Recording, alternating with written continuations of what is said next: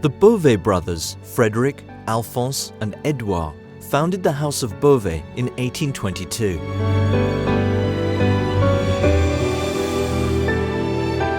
The decorative arts presented in the pocket watches, featuring miniature paintings in grand feu enameling, set with pearls, hand-decorated and hand-engraved movements, are visible through a transparent caseback. That, among other inventions and innovations, make the House of Bovet today the most prominent brand in art museums around the world. By keeping this heritage in the Bovet's workshops and adding his expertise, Mr. Raffy, owner of the House of Bovet since 2001, maintains and continues to offer 2 centuries of unparalleled watchmaking traditions.